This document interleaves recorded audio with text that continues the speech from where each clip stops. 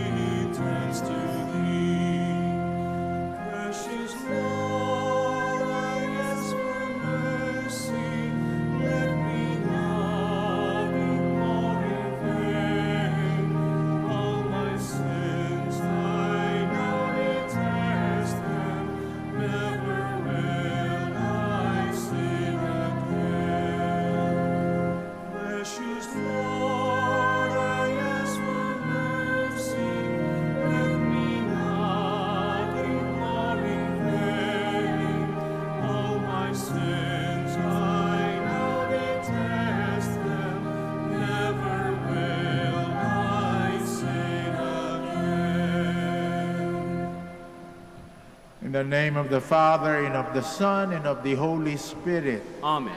The Lord be with you. And with your spirit.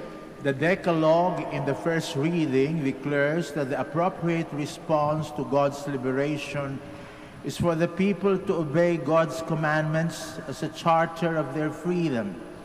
In his zeal for God's house, Jesus cleanses the temple, reacting against a kind of worship without a soul, against a religion motivated mainly by the pursuit of material gain. He is the living temple through which we who believe have access to the Father. We serve God with a loving heart. Brothers and sisters, let us acknowledge our sins and so prepare ourselves to celebrate the sacred mysteries. Have mercy on us, O Lord. For we have sinned against you. Show us, O Lord, your mercy. And grant us your salvation. May Almighty God have mercy on us, forgive us our sins, and bring us to everlasting life. Amen. Lord, have mercy. Lord, have mercy. Christ, have mercy. Christ, have mercy. Lord, have mercy. Lord, have mercy. Let us pray. O God, author of every mercy and of all goodness, who in fasting, prayer, and almsgiving have shown us a remedy for sin, look graciously on this confession of our lowliness, that we who are bowed down by our conscience may always be lifted up by your mercy, through our Lord Jesus Christ, your Son, who lives and reigns with you in the unity of the Holy Spirit, one God, forever and ever. Amen. Please be seated. A reading from the book of Exodus. In those days, God delivered all these commandments. I, the Lord, am your God, who brought you out of the land of Egypt, that place of slavery. You shall not have other gods besides me. You shall not take the name of the Lord your God in vain. For the Lord will not leave unpunished the one who takes his name in vain. Remember to keep holy the Sabbath day. Honor your father and your mother, that you may have a long life in the land which the Lord your God is giving you. You shall not kill. You shall not commit adultery. You shall not steal. You shall not bear false witness against your neighbor. You shall not covet your neighbor's house. You shall not covet your neighbor's wife, nor his male or female slave, nor his ox or ass, nor anything else that belongs to him. The word of the Lord. Thanks be to God.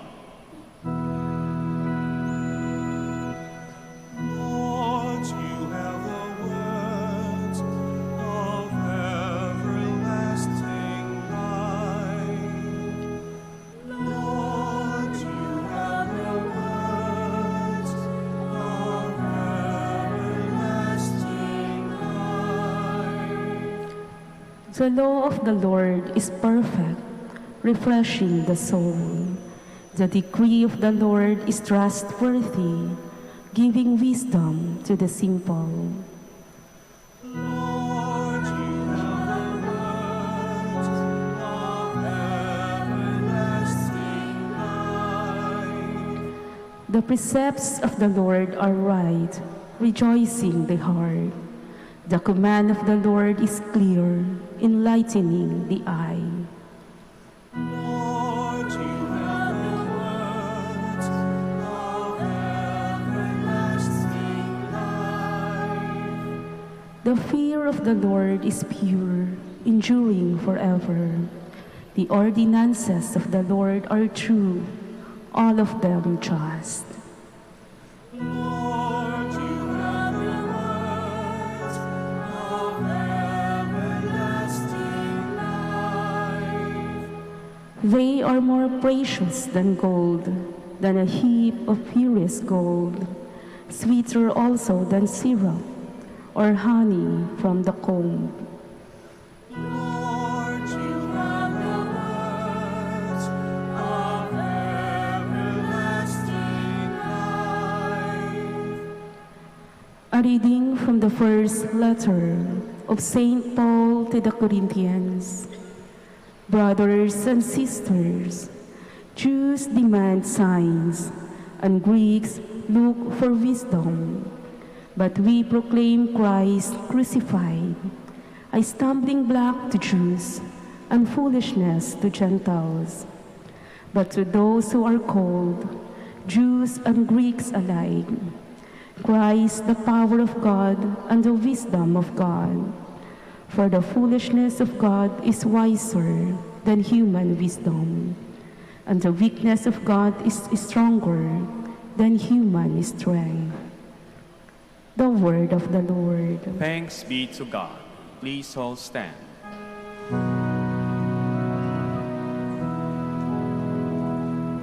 God so loved the world that He gave His only Son, so that everyone who believes in Him might have eternal life.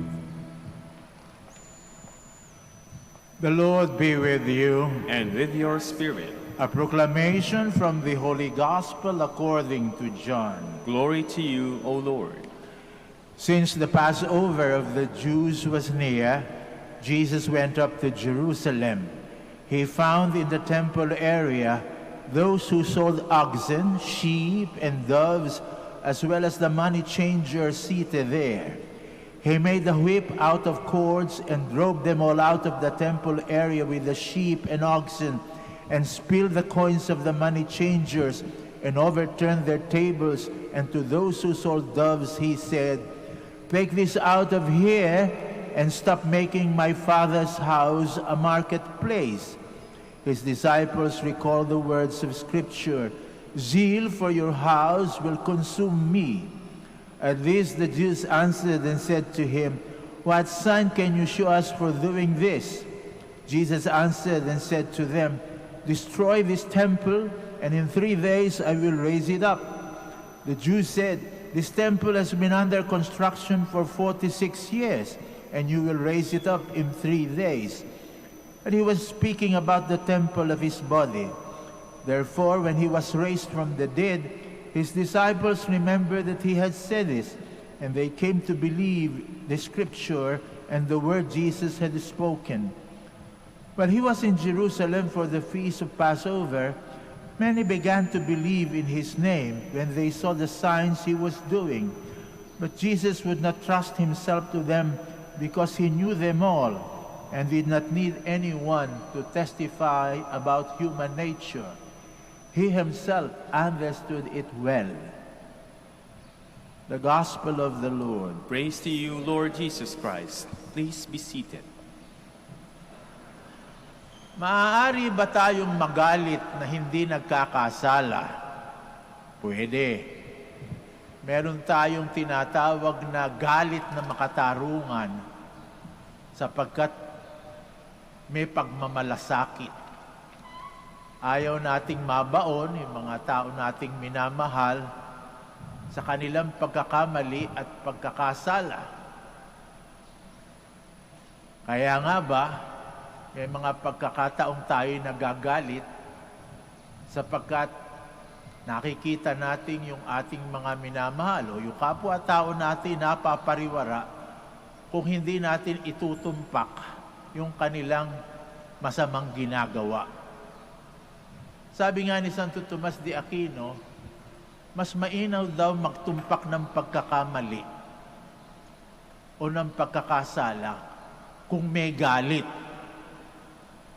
Sapagkat pinadadama mo na itong bagay na ito, hindi dapat ibaliwala, kundi dapat seryosohin. Hindi sapagkat ito'y nakakasama dun sa nagagalit, kundi nakakasama dun sa panagagalitan. Kaya tingnan nyo nangyari dito sa kababasa lamang nating Ebanghelyo. Ang ating Panginoong Jesucristo nagalit. Nagalit siya, kumuha siya ng lubid. Pagkatapos pinagpapalo niya yung mga kambing, tupa, mga kalapati na tinitinda sa loob ng templo. Pati na yung foreign exchange center doon sa templo mismo nagaganap. Sapagkat alam nyo, hindi tumatanggap ng pera ng Imperyo Romano ang templo bilang kontribusyon sapagkat ang Cesar ay para kay Cesar at ang Diyos para sa Diyos. Kaya hindi dapat pumasok sa templo ang pera ng mga pagano. Kaya yun ang kostumbre ng mga Hudyo. Kaya nagpapalitan ng pera pagdating dun sa templo. Kaya lang doon ginagawa mismo sa loob ng templo. Katulad din ng pagtitinda ng mga kung ano-anong iaalay, baka, kambing, tupa, alapati. O kaya ano ginawa ng ating Panginoong Jesucristo? Pinaalis lahat. Kaya sa may lubid na pinalo niya yung mga yun para itabo yung mga kambing, mga tupa, mga kalapati at pinagtataob yung mga mesa na ginagawa ng palitan ng pera. At sa isang salita, itong sinabi niya kung bakit niya ginawa yung sanhi ng kanyang galit. Sabi niya, huwag niyong gawing palengke ang bahay ng Diyos. One-liner lang, ha? Huwag niyong gawing palengke ang bahay ng Diyos. At yun ay nakatala na sa banal na kasulatan, yung pagkakagalit ng ating Panginoon, may dalang aral. Kaya malalaman nyo kung ang galit nyo ay makatarungan kung may dalang aral. Yung napapaihuwatig nyo ang dahilan kung bakit kayo nagagalit. Hindi kayo nagagalit kung ano-anong dahilan lang dahil sa inyong amor proprio o kayo'y nasaktan, kundi dahil na rin sa pagmamalasakit sa gumawa ng kasamaan sa mga pagkakataong yun. Ipapaliwanag ninyo. Kung hindi malalaman kung bakit kayo nagagalit. Walang saysay ang inyong pagkagalit. Nauubos lang ang presyo ninyo. Sabi nga natin, tumataas lang ang presyo nyo nang walang saysay. Kadalasan ganyan ang pagkagalit natin Kaya tuloy hindi nagiging makatarungan. Basta tayo nagagalit, di naman nalalaman ng mga tao kung bakit tayo nagagalit. Sigaw lang tayo ng sigaw, mura lang tayo ng mura. O hindi naman, tatahimik lang tayo. Yung dating buhay na buhay, naging patay. Kaya minsan pupuntahan ka ni mister, sasabihin sa'yo, Mrs., nagagalit, darling, nagagalit ka ba sa akin? Ano sagot niyo? Hindi! Paano malalaman ng mister niyo kung ano dahilan kung bakit dating buhay na buhay kayo, ipatay ka na? Kung wala kang dahilan kung bakit ka nagkaganyan, ipaliwanag mo. Nang malaman din ng mister mo kung ano yung mga bagay-bagay na kinagagalit mo. Di matatauhan yan at malalaman kung sino talaga yung napakasalan niya. Ano sasabihin niya? Ikaw naman kasi, di papaliwanag mo ng mahinahon, pero matatag.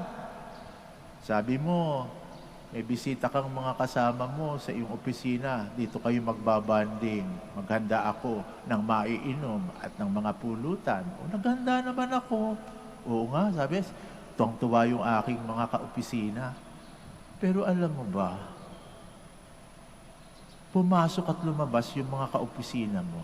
Pinagsisilbihan ko kayo. Hindi mo man lamang akong pinakilala dyan sa mga kaopisina mo. Ano akalain ng mga kaopisina mo? Yung nagsisilbing babae sa kanila, chimay mo. Hindi mo man lang akong pinakilala. O, di nalaman ng mister mo kung bakit